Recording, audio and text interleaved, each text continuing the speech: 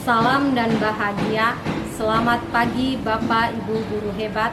Perkenalkan, nama saya Yuliana Yulita Funan SPD.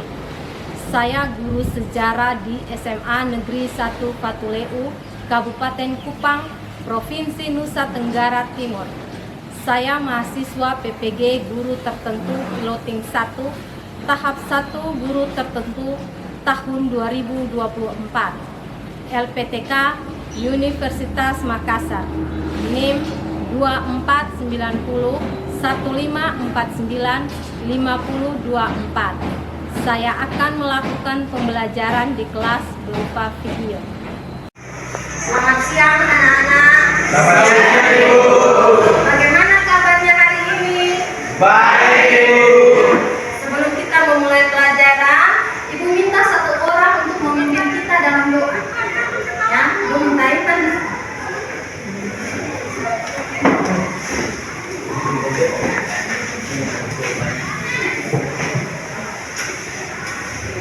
Baik teman-teman Ibu guru, kita mulai pembelajaran kita mulai dengan Tuhan dalam doa. Kita berdoa. Terima kasih Tuhan bagi kami kami belajar kami mereka mengajar dalam pelajaran kami kedua dengan berkati dari awal pertengahan sampai akhir dan mati Bapa. Hidup Yesus dan lewat amin. Baik. Anak-anak, hari ini siapa yang tidak hadir? Dua orang Ibu. Dua orang itu keterangannya bagaimana? Sakit sama apa Ibu? Ya, baik. Sebelum disintegrasi bangsa melalui bacaan dari berbagai sumber ya. Yang kedua, tujuan yang kedua itu peserta didik menganalisis hasil identifikasi upaya bangsa Indonesia dalam menghadapi ancaman disintegrasi bangsa antara lain DITII, TRRI, Permesta, dan G30S PKI. Ya. Ya, sekarang Ibu akan menampilkan materi pembelajarannya ya.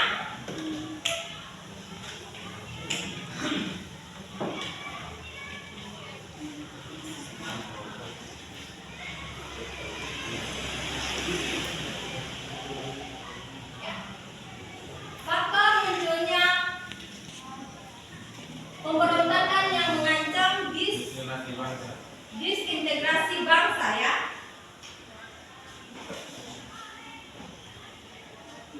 Apa itu disintegrasi bangsa? Mungkin dari kalian ada yang tahu bahwa apa itu disintegrasi bangsa? Disintegrasi bangsa. Ya, Ancaman serius bagi keberlangsungan sebuah negara. ya. Disintegrasi bangsa itu adalah ancaman serius ya bagi keberlangsungan sebuah negara, terutama di Indonesia ya.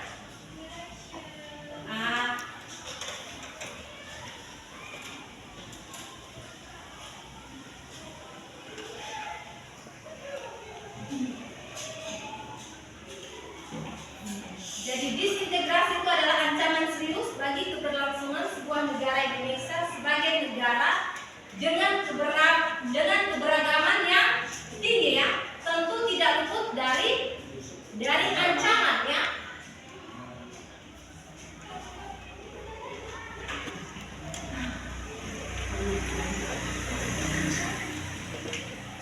Namun tantangan yang mengancam keutuhan negara. Jadi pemberontakan yang berpotensi mengancam disintegrasi bangsa itu biasa mengancam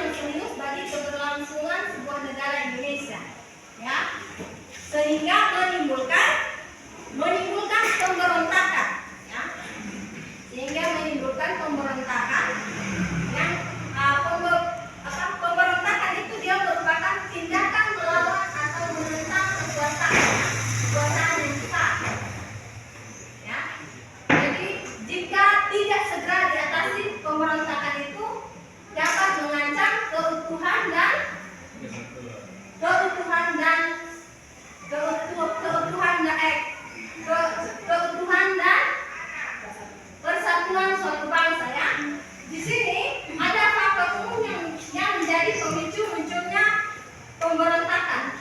Faktor-faktor itu adalah ada faktor eksternal dan internal ya.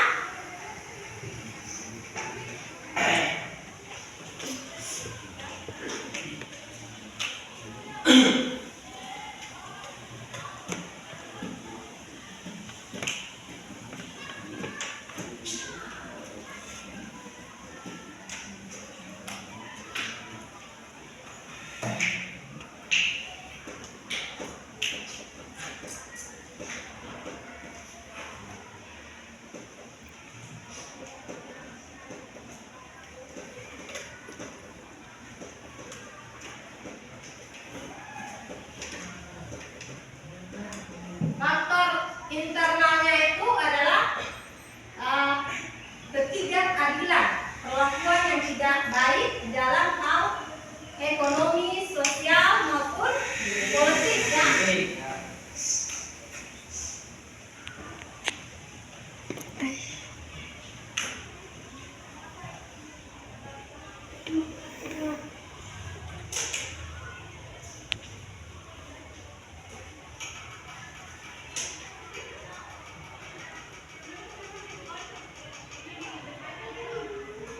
Sedangkan faktor internalnya itu ada ketidakadilan, terus kesenjangan sosial, diskriminasi, kegagalan pemerintah, dan ideologi yang bertentangan.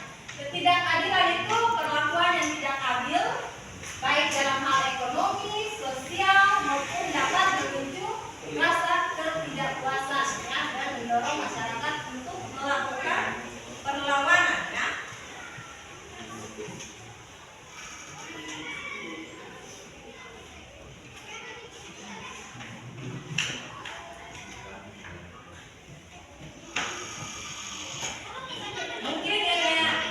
Mungkin peserta didik atau mungkin kalian bisa mengaitkan materi tentang disintegrasi ini dengan dalam kehidupan sehari-hari.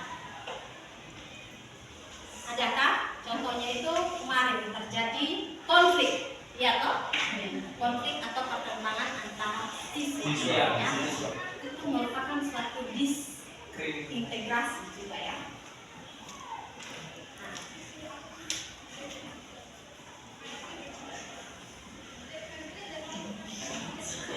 Jadi manfaat kita mempelajari pelajaran yang akan kita pelajari hari ini adalah manfaat dari kita mempelajari materi ini adalah untuk menghindari terulangnya sejarah. Jadi peristiwa yang kemarin terjadi di lingkungan sekolah kita itu tidak terulang lagi dengan mempelajari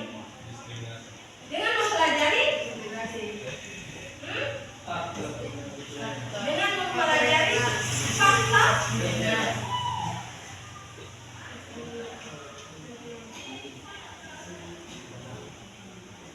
faktor munculnya pemberontakan yang menyebabkan disintegrasi ini ya.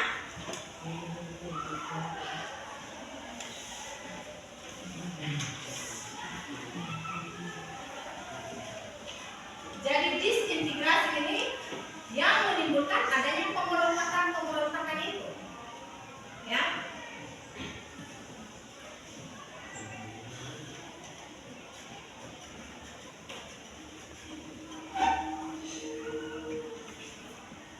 Ya, apa yang kalian ketahui tentang disintegrasi?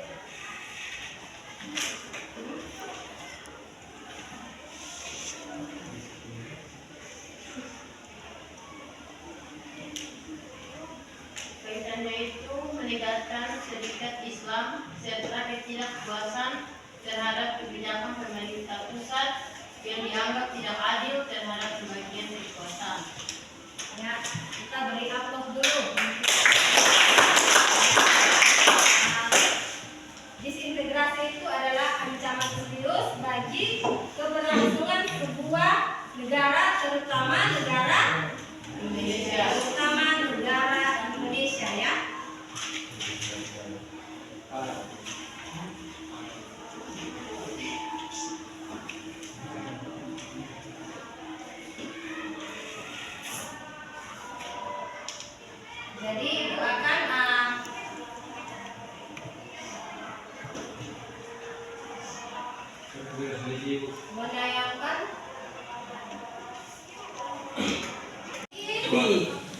G30S PKI dengan Permesta. Tahu ya? Ini bukan besar nih. Besar apa ya?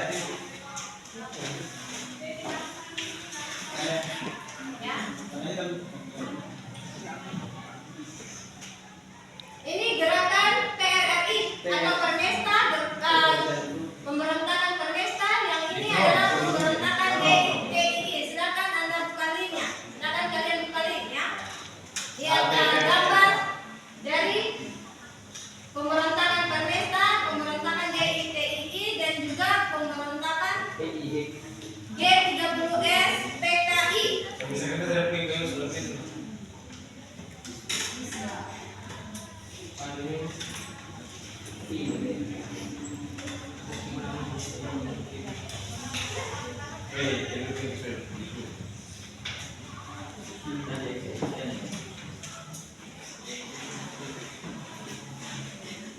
Sudah buatkan linknya dan sudah buka linknya.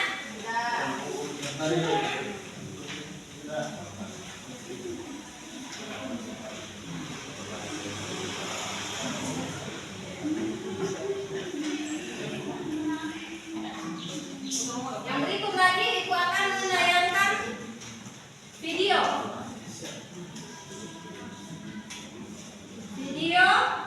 permasalahan disintegrasi ya.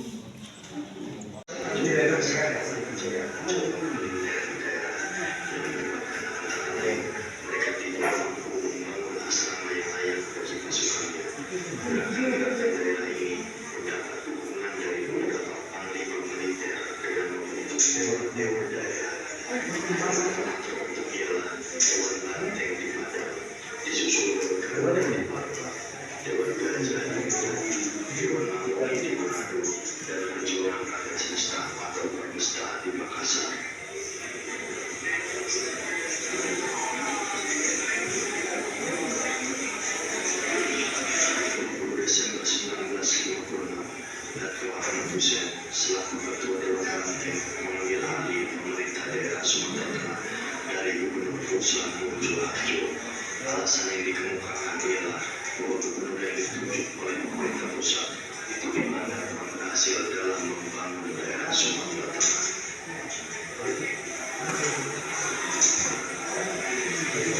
Sejak itu timbul ketegangan antara pimpinan Dewan Banteng dan pemerintah pusat. Tindakan Dewan Banteng mengambil alih pemerintah di Sumatera Tengah oleh pemerintah pusat dipandang sebagai tindakan yang menyalahi hukum. 22 Desember 1996, Panglima TT1 Koran Simbol di Medan mengumumkan dibentuknya Dewan di dalam sebagai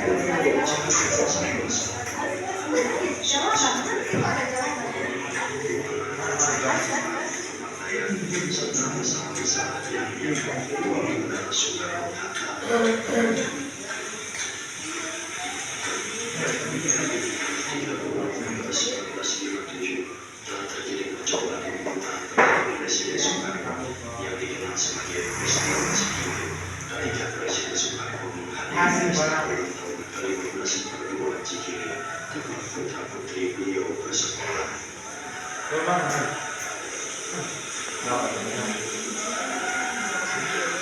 Percobaan pembunuhan ini dilakukan dengan menggunakan granat tangan sehingga menimbulkan banyak korban. Presiden sendiri selamat tetapi senjata dari kecepatan bertindak Mayor Soeharto, ajudan Presiden. Setelah terjadi ledakan pertama, Soeharto cepat membawa Presiden ke tempat yang aman.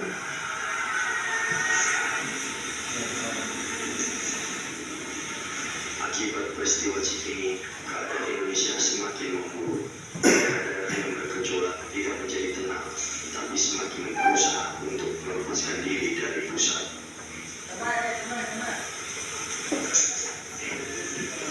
10 Februari 1958, Ketua Dewan Banteng Ahmad Hussein mengeluarkan ultimatum kepada pemerintah pusat berisi tuntutan agar dalam waktu 5 kali 24 jam Kabinet Juanda harus mengundurkan diri dan Presiden atau Ketua Presiden menunjuk Hatta dan Sultan Hamengkubuwono IX membentuk Kabinet Nasional. Pada waktu ultimatum disampaikan, Presiden Soekarno sedang berada di luar negeri. Ketua Parlemen Mr. Sartono bertindak sebagai pejabat Presiden. Menerima ultimatum ini, pemerintah bertindak tegas dengan memecat secara tidak hormat Ahmad Hussein, Simbolo, Zulkifli Lubis, dan Dahlan Jambe. 12 Februari 1958, KSAD A.H. Nasution memerintah untuk mengumpulkan Komando Daerah Militer Sumatera Tengah dan selanjutnya menempatkan langsung di bawah KSAD atau Kepala Staf Angkatan Darat. 15 Februari 1958, Ahmad Hussein memproklamasikan Pemerintah Revolusioner Republik Indonesia atau disingkat PRRI dengan Sahrudin Prawira Negara sebagai Perdana Menteri. 17 Februari 1958, proklamasi PRRI yang diumumkan di Padang rupanya mendapat sambutan dari Indonesia bagian timur. Dalam rapat-rapat raksasa yang diselenggarakan KSAD sebagai konsultan pusat, seluruh badan pernyataan soal kemudian menjadi sebuah daripada kebutuhan dari bawah KDM SUD termasuk dinas terjawab penggunaan APD selama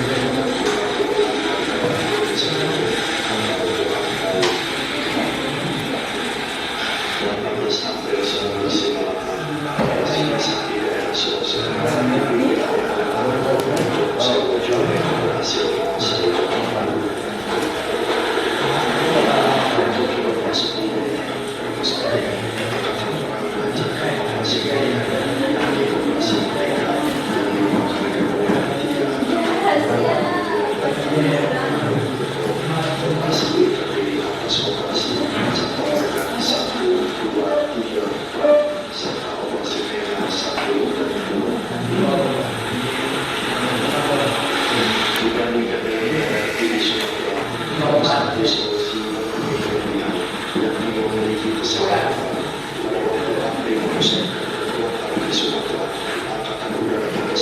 yang disebut Angkatan Udara Revolusioner atau AUR melakukan pemobolan terhadap beberapa kota di Indonesia bagian timur antara lain dan juga menguasai beberapa asing dari Amerika Serikat dan Vietnam. Namun setelah mengudara di Manado, Gorontalo, Ternate, Jaya dan Mortai dikuasai Inggris, praktis kegiatan udara AUR terhenti. 18 Mei 1958, pesawat pengepung B-25 yang dipiloti Alanko dapat ditembak di atas Ambon. Ia dan operator Heri Gantung menyelamatkan diri dengan parasut, kemudian ditangkap oleh APRI. Untuk mengamankan seluruh wilayah Sulawesi Tengah, dilancarkan operasi Santa Marga 1. Operasi ini merupakan kelanjutan dari operasi Insaf dan juga dipimpin oleh Letnan Kolonel Jono Suwojo. Pada bulan Juni, seluruh daerah Sulawesi Tengah sudah dapat dikuasai. 18 Mei 1958, program Gorontalo dapat dikuasai melalui operasi Santa Marga 2 di bawah pimpinan Mayor Agus Prastowo. Operasi Santa Marga 3 di bawah Letnan Kolonel Magenda berhasil pula menguasai Pulau Sangita Laut. Pasukan ini kemudian bergabung dengan pasukan operasi Santa Marga 4 yang langsung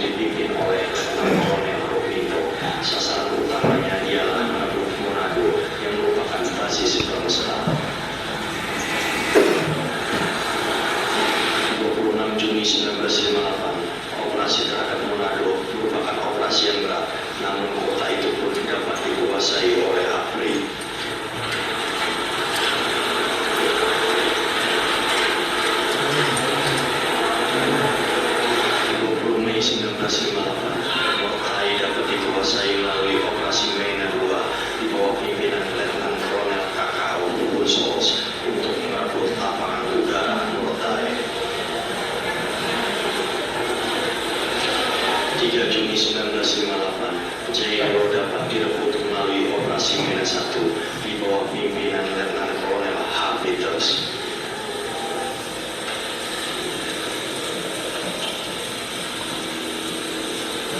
Dengan dikuasai kota-kota yang disebut sebelumnya, baik di Sumatera maupun di Sulawesi, secara praktis kekuatan BRI dan Permesta sudah lumpuh.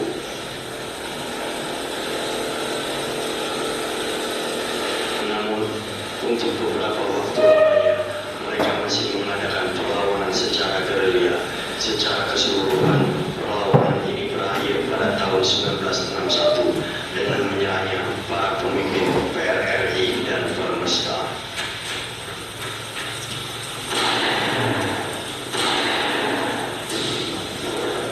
Sekian dari kami, Seni Peran.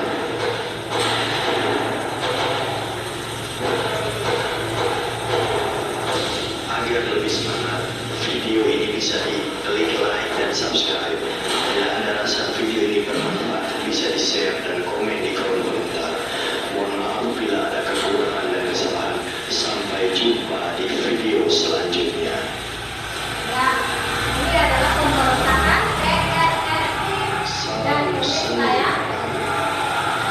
Berikutnya itu akan tayangkan pemberontakan Berikutnya itu akan tayangkan pemberontakan DITI. Ya, berikutnya saya akan tayangkan pemberontakan DITI ya, pemberontakan DITI.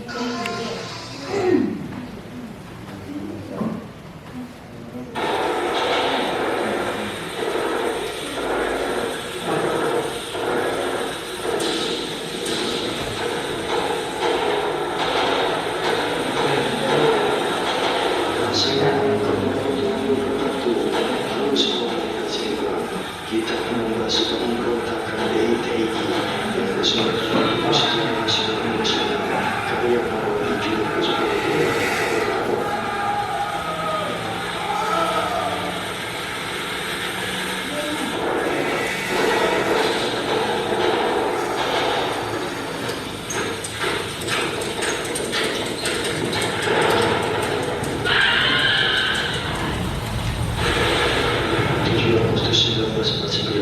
Sekarang Haji Marijan Kartosoewiryo resmi memproklamasikan berdirinya Negara Islam Indonesia atau NII yang kemudian lebih dikenal dengan nama Darussalam atau DI di Desa Cisampang, Kecamatan Cisayong, Tasikmalaya. Akan tetapi, gerakan sudah dimulai jauh sebelumnya. Bahkan gagasannya untuk mendirikan negara Islam sudah muncul dalam pikiran Kartosoewiryo pada masa pendudukan Jepang. Sebagai langkah awal di Manunggung dekat Garut didirikan Institut Sufa untuk merekrut para pengikutnya. Kepada mereka ditanamkan fanatisme yang dalam dan loyalitas yang tinggi kepada pemimpin.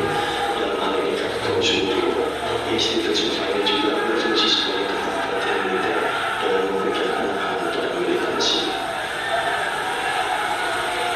Setelah proklamasi kemerdekaan, Kartosoewiryo menjadi anggota Partai Masyumi. Bahkan ia terpilih sebagai Komisaris Masyumi Jawa Barat, merangkap Sekretaris 1 Partai Masyumi. Ia pernah pula dicalonkan sebagai Menteri Muda Pertahanan. Akan tetapi, karena sudah mempunyai tujuan tersendiri, jabatan itu tidak pernah dipangkunya. 14 Agustus 1947, seusai agresi militer 1 Belanda, Kartosoewiryo menyatakan perang suci melawan Belanda. Ia membagi wilayahnya dalam beberapa daerah yang terdiri dari daerah 1 dari kota negara, daerah 2 dan daerah 3. Daerah 2 adalah daerah yang sebagian besar penduduknya beragama Islam, sedangkan daerah yang penduduknya tidak beragama Islam dikategorikan sebagai daerah 3. Penolakannya terhadap persetujuan Renville diwujudkan dalam sikap menolak melaksanakan hijrah bersama dengan pasukannya sebanyak 40 orang. Ia tetap tinggal di Jawa Barat. Pada Februari 1948, dalam konferensi Cisayong diputuskan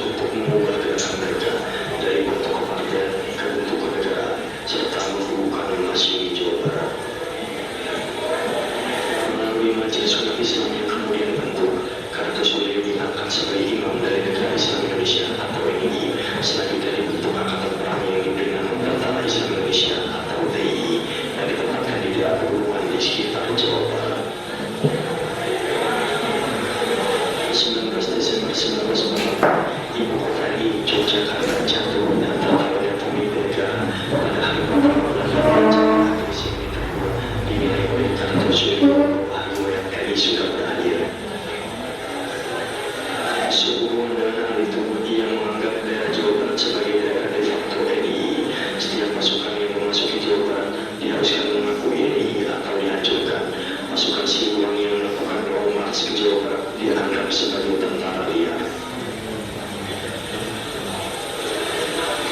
25 Januari 1949, kontak senjata pertama dengan TNI ketika pasukan divisi Siliwangi di bawah pimpinan Mayor Utaria memasuki daerah Priangan Timur. Mayor Utaria dibunuh oleh anggota NII. Nasib yang sama dialami juga oleh Mayor Tobing di daerah Singaparna. Pemerintah RI berusaha menyelesaikan pemberontakan Kartosuwiryo ini dengan jalan damai. Sebuah panitia yang berontakan Zainul Arifin dari Kementerian Agama, Muhammad Surmadi Praja dari Kementerian Dalam Negeri, dan Kolonel Sadikin dari Kementerian Pertahanan ditugasi mengadakan kontak dengan Kartosuwiryo, namun usaha ini gagal. Begitu pula usaha Wali Al-Fatah pada masa Kabinet Natsir. Kartosuwiryo hanya bersikap unik apabila pemerintah mengakui eksistensi NII. Setelah usaha secara damai itu gagal, TNI melancarkan operasi militer, yakni Operasi Merdeka. Operasi ini masih bersifat insidentil, lokal dan rutin, tanpa rencana yang tegas dan sistematis. Serangan-serangan DITI yang bersifat gerilya itu belum dihadapi dengan taktik anti gerilya. Oleh karena itu, inisiatif lebih banyak dilakukan oleh DITI. Di samping itu, kekuatan TNI juga terpecah sebab sebagian pasukan terpaksa dikirim ke luar Jawa untuk menghadapi DITI di Sulawesi dan Aceh. Pada tahun 1997 mulai terjadi titik balik setelah TNI menyusun rencana operasi yang dikenal sebagai Rencana Pokok 21. Intinya adalah menahan DITI di daerah-daerah tertentu untuk selanjutnya dihancurkan. Operasi penghancuran dimulai di daerah Banten dan selanjutnya bergerak ke timur. Dalam melaksanakan operasi ini, rakyat diikut sertakan antara lain untuk mencegah masuknya anggota DITI ke desa-desa. Praktek ini kemudian berkembang menjadi operasi pagar betis yang berhasil mengatasi kegiatan gerombolan DITI. Perluasan secara menyeluruh berhasil dilakukan pada masa demokrasi tertentu. Sekian dari sini Pak. Agar lebih semangat, video ini bisa diklik like dan subscribe. Bila ada rasa film bermanfaat, bisa share dan komen di kolom komentar. Mohon maaf bila ada kekurangan dan kesalahan. Video selanjutnya adalah pemberontakan G30 SPKI ya. Salam Nusantara. Ini berbuat untuk kalian yang ingin mengetahui cerita dari film Pengkhianatan G30 SPKI tapi tidak berani menonton filmnya karena mungkin kalian takut menonton atau ada alasan tertentu seperti trauma atau perasaan tidak nyaman ketika menonton. Film ini berdasarkan garis besar cerita yang dibuat oleh Profesor Dr. Nugroho Noto Susanto selaku editor bersama para jajaran staf dan dilengkapi oleh data-data pendukung baik secara tulisan maupun lisan seperti wawancara dengan para korban atau pelaku dan disutradarai oleh Arifin Sinur. Film ini dibuat sebagai pengingat akan sejarah kelam bangsa ini dan diharapkan menjadi pelajaran bagi generasi penerus bangsa. Baiklah, gue akan mulai. Jadi film ini diawali dengan narasi yang menceritakan berbagai macam kasus penganiayaan dan kekerasan sepihak yang dilakukan oleh PKI dan jajarannya. Seperti insiden di Kediri yang melibatkan ribuan anggota PKI di mana mereka melakukan penyerangan dan penganiayaan kepada para anggota pelajar santri Indonesia. Dan juga para anggota PKI ini menyerang petani Sudarno dengan dalih sengketa tanah serta menganiaya kepala desa yang coba melarainya. Di tahun yang sama di Sumatera Utara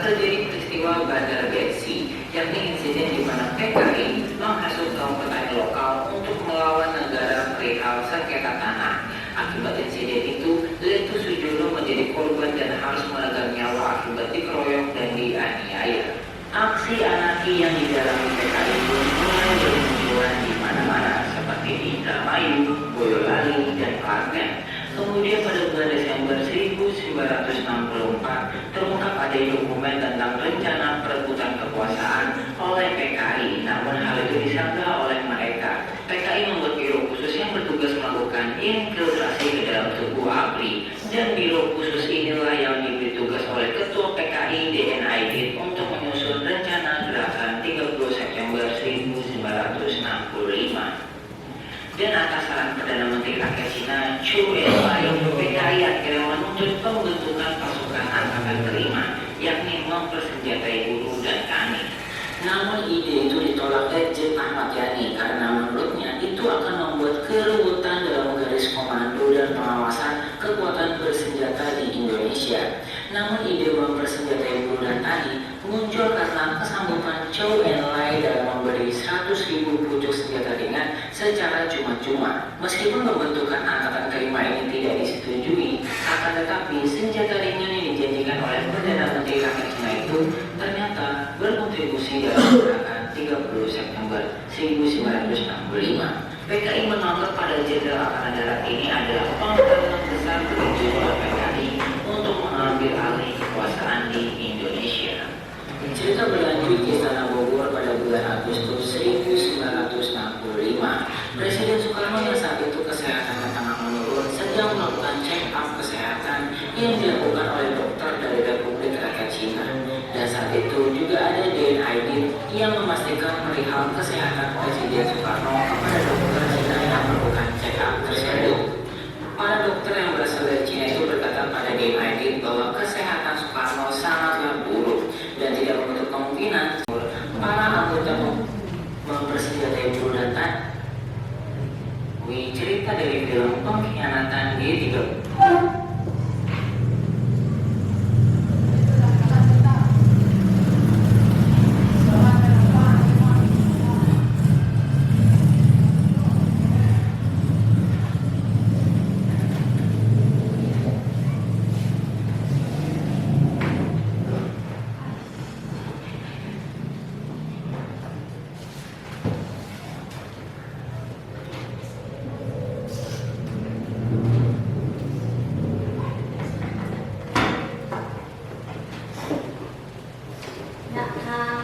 Dari penayangan pemberontakan G30 SPKI, DITII, dan PRRI Semesta, sebutkan latar belakang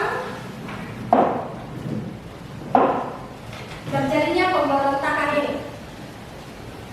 Perbedaan ideologi, ambisius politik, ketidakpuasan pemerintah. So ya, perbedaan ideologi, ketidakpuasan terhadap pemerintah, terus ambisius politik, serta adanya otonomi daerah, ya.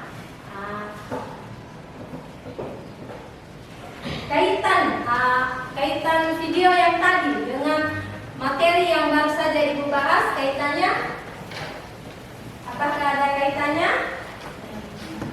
Pemberontakan ini merupakan puncak persaingan ideologi antara PKI dan kekuatan lainnya di Indonesia. Itu apa? DITII. Sedangkan dari Semesta,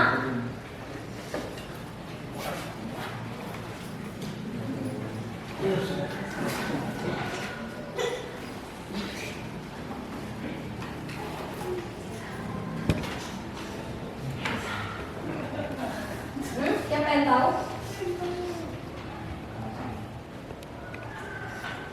Yaitu kebijakan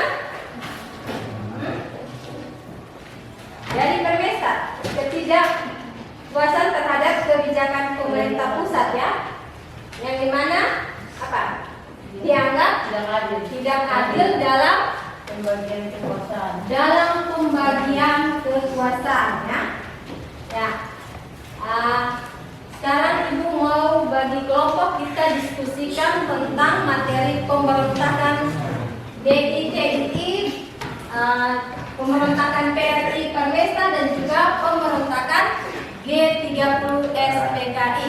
Kita bagi dalam 3 kelompok, ya. Kelompok 1, 2, yang 2-nya tidak ke situ supaya jadi 3 kelompok. Bisa ya?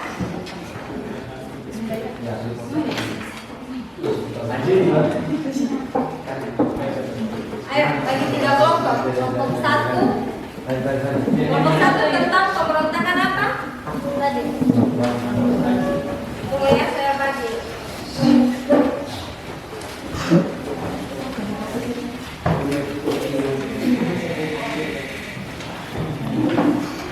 Pemberontakan Permesta.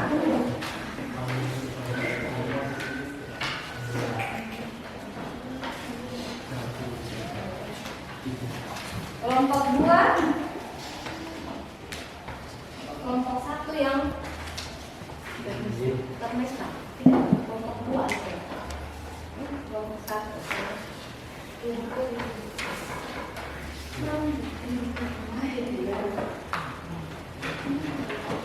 Pemberontakan DITII.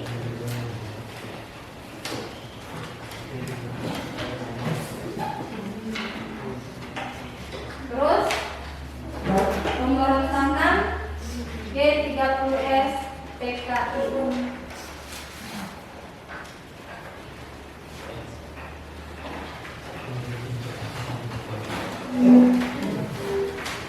Silakan kalian kerjakan secara bersama ya, diskusi bersama ya tentang pemberontakan itu ya, materi pemberontakan DITII dan juga pemberontakan Permesta. Yang terakhir itu adalah pemberontakan G30S PKI ya.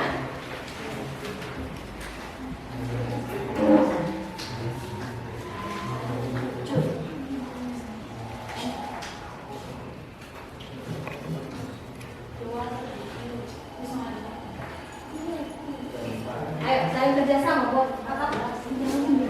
Buat kelompok. Buat kelompok. Buat kelompok.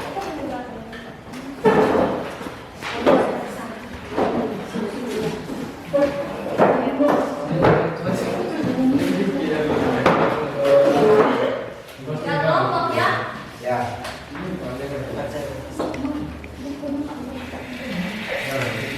Pemberontakan G30S PKI.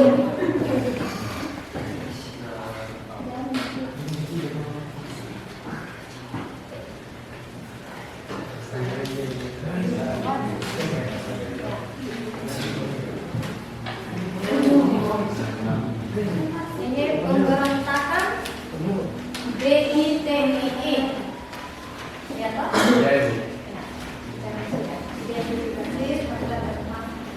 Faktor disintegrasi.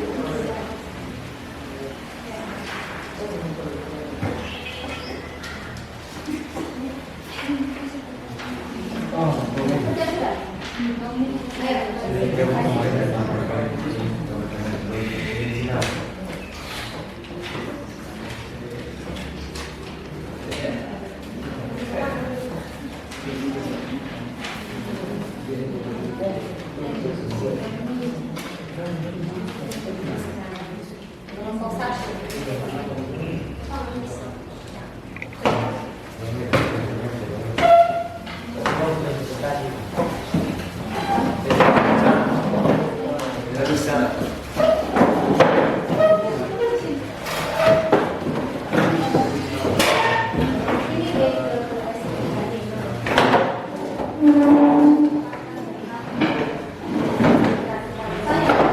Yang tadi kalian sudah melakukan juga ya.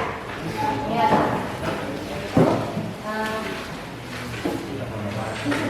Kenyataan terjadi dari faktor disintegrasi dan juga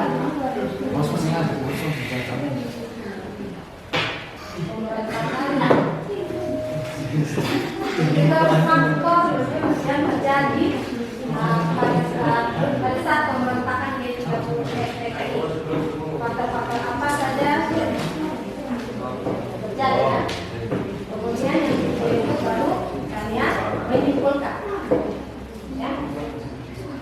Sama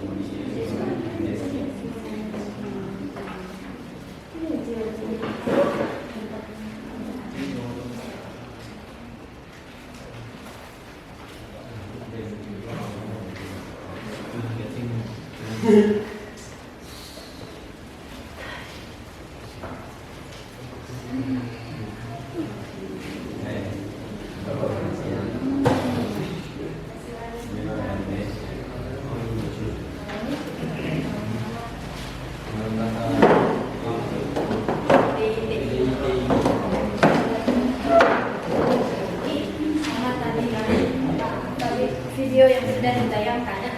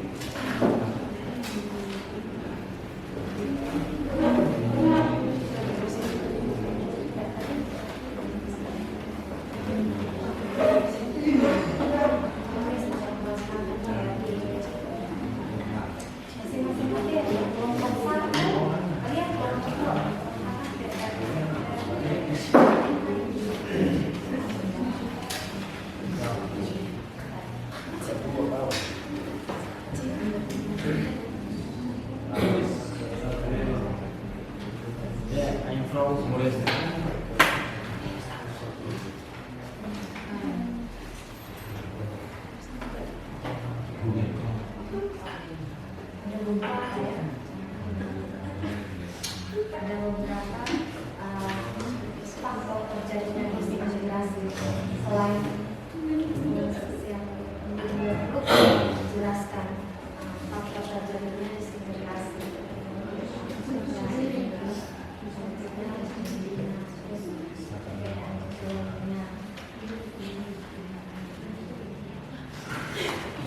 Kalian nggak sudah langsung, kalau aku sudah langsung, sudah ada sini.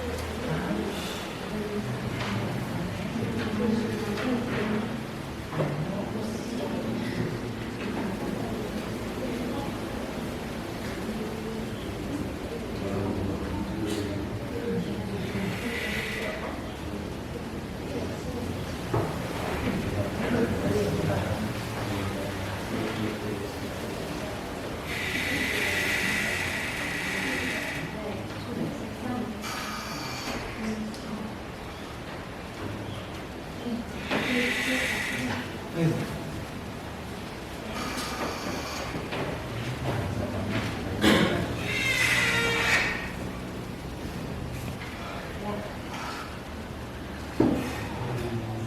kita presentasi ya dari masing-masing kelompok ya. Kelompok 1, 2. Kelompok pemberontakan di 30S ini sudah selesai. Kelompok 3. Kelompok 2.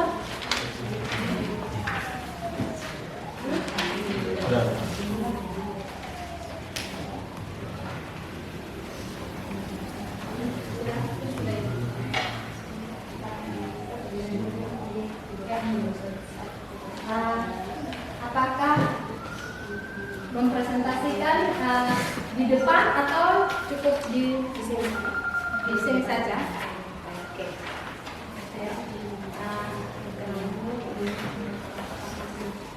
Yang lainnya saya bisa menghargai ya, teman kalian akan mempresentasikan hasil pekerjaan yang sudah didiskusikan ya. Kami dari kelompok 2 ingin mempresentasikan hasil diskusi kami tentang materi pemberontakan PIPNI. Soal yang pertama, setelah mencoba berbagai sumber, identifikasi fakta tentang faktor disintegrasi bangsa.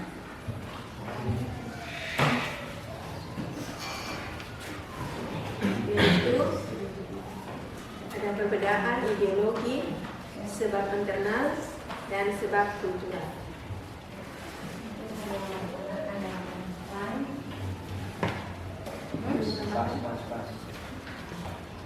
Pas.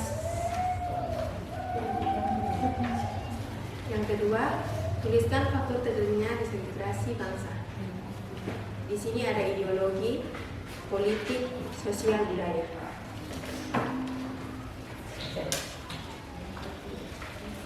Yang ketiga, tuliskan kesimpulan yang Anda temukan melalui hasil pengamatan terhadap faktor terjadinya disintegrasi bangsa.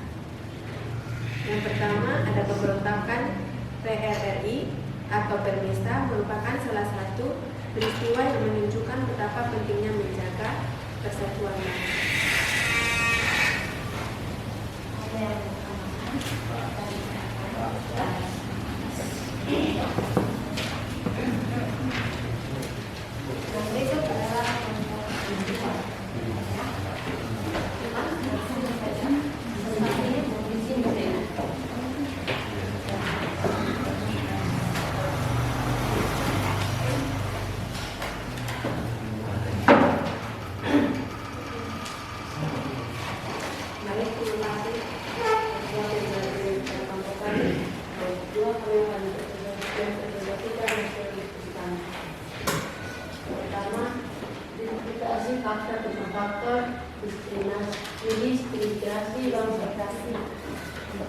Yang pertama, ketidakpuasan terhadap pemerintah pusat, yang kedua tuntutan ekonomi daerah, tiga faktor politik.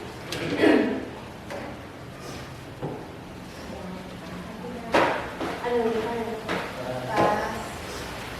Yang kedua, tuliskan faktor terjadinya disintegrasi bangsa. 1. Ketidakmerataan pembangunan. 2. Tuntutan ekonomi daerah. 3. Sentimen regional. 4. Kondisi politik tokoh daerah. 5. Kelemahan pemerintah pusat. Jadi, bagaimana tanggapan kelompok lain?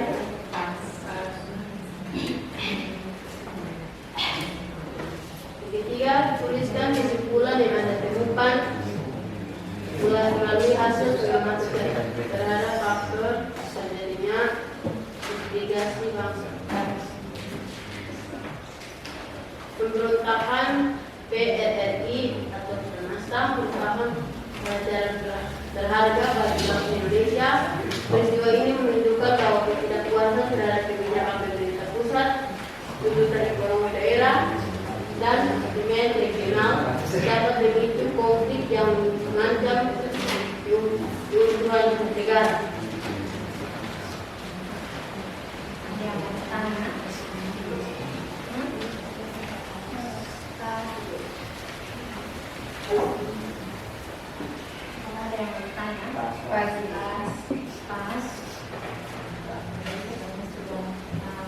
lagi tentang pemberontakan Permesta atau PRRI dan juga pemberontakan DITII dan pemberontakan G30S PKI, ya. Mungkin dari kalian ada yang mau menyimpulkan dari pemberontakan yang terjadi di Indonesia.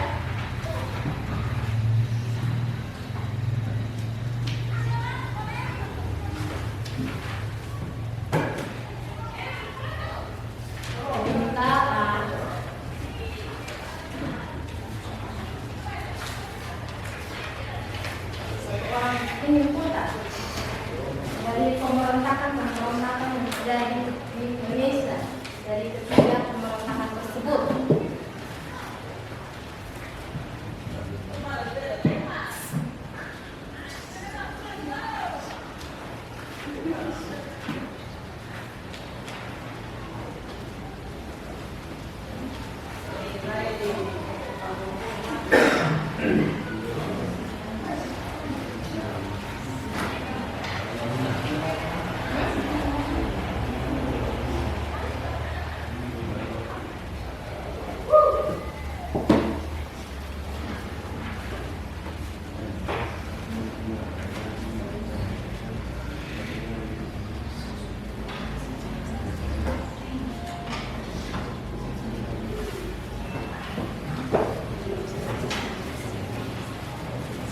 Ada yang mau menyimpulkan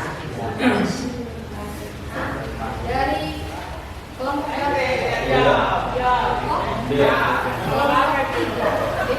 pemberontakan G30S PKI. Ada yang mau menyimpulkan kelompok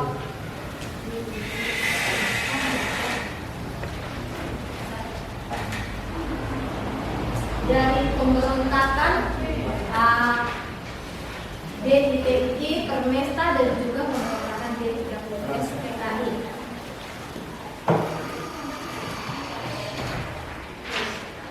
Ya. Pemberontakan DITII, Permesta dan G30S atau PKI merupakan tiga peristiwa besar dalam sejarah Indonesia yang mengancam persatuan dan kesatuan.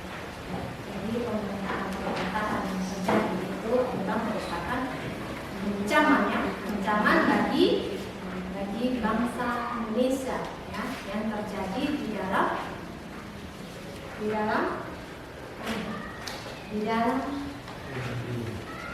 Indonesia,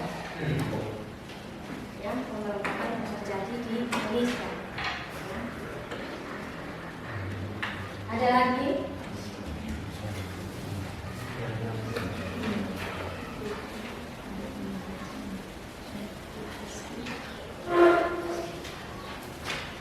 Pemberontakan merupakan ancaman serius bagi keutuhan dan kehidupan bangsa.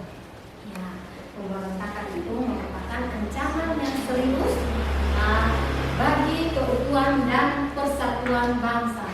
Ya, dia mencerai-beraikan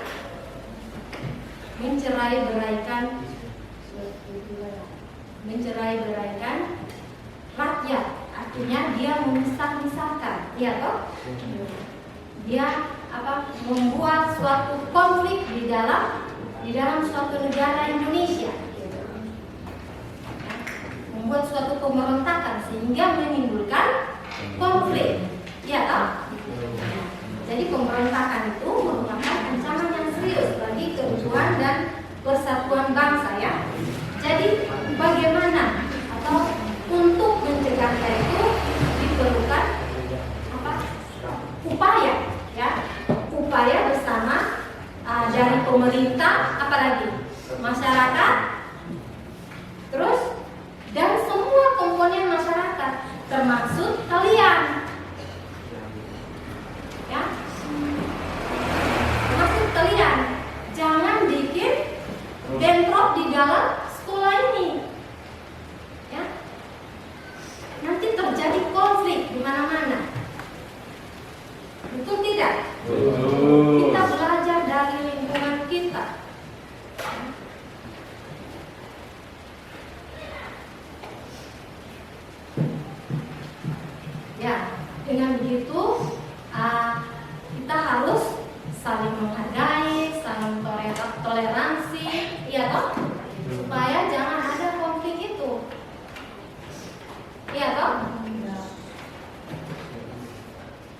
dan juga menjunjung tinggi nilai-nilai kebangsaan ya. Di situ kita dapat membangun Indonesia yang aman, damai. Senang tidak kalau Indonesia aman, damai? Senang tak? Dan juga sejahtera ya. Jadi pemberontakan DITI, pemberontakan Pramesta, pemberontakan G30S PKI itu merupakan peristiwa kompleks ya, yang memiliki akar permasalahan yang saling terkait ya. Jadi ketiga pemberontakan ini menunjukkan betapa pentingnya menjaga keseimbangan antara kepentingan pusat dan daerah ya, serta mengatasi berbagai konflik kepentingan yang ada di dalam masyarakat, terutama yang sekalian sekolahnya itu di dalam sekolah. Jangan sampai terjadi kayak kemarin-kemarin itu. Kalau kita hidupnya rukun, damai, saling menghargai perbedaan, tidak ada itu konflik, tidak ada pemberontakan yang akan terjadi seperti pemberontakan G30S PKI, tidak ada lagi seperti pemberontakan PRRI Pramesta dan juga pemberontakan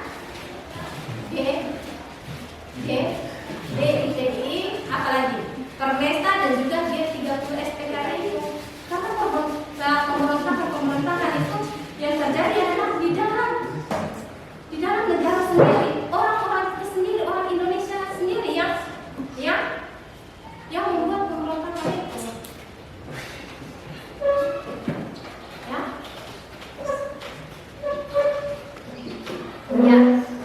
Ibu rasa ada yang mau bertanya atau ada yang belum memahami tentang materi ini? Pas. Oke, sekarang kita lakukan tes briefing ya.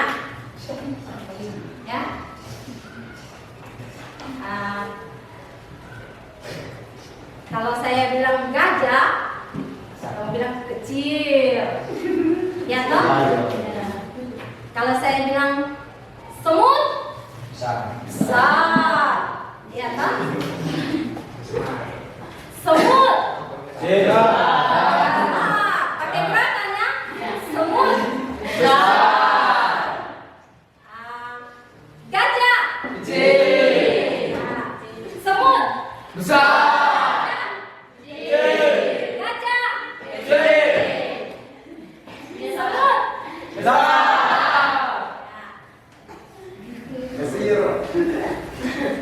Saya rasa cukup sampai di sini.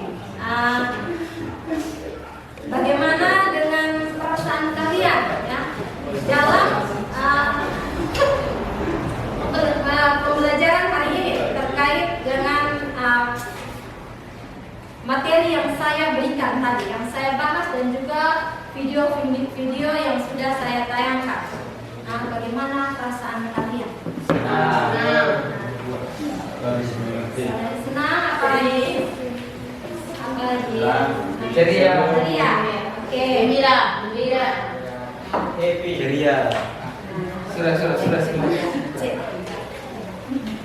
Saya juga berterima kasih karena partisipasi kalian dalam mengikuti diskusi hari ini ya.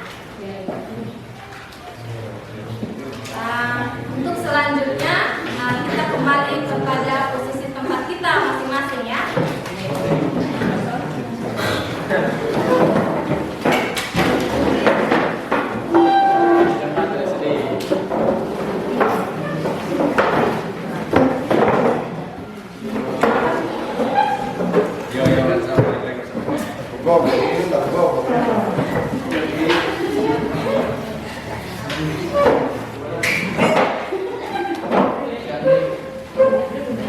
Tempat masing-masing.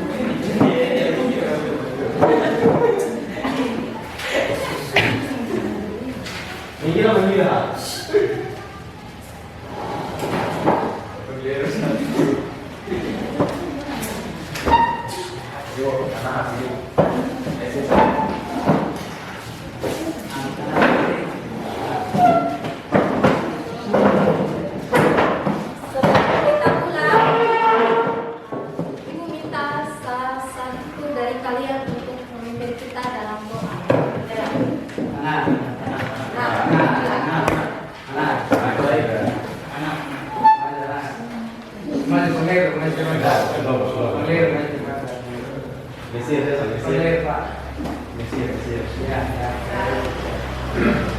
dalam doa yang berdoa dalam saya dalam Bapa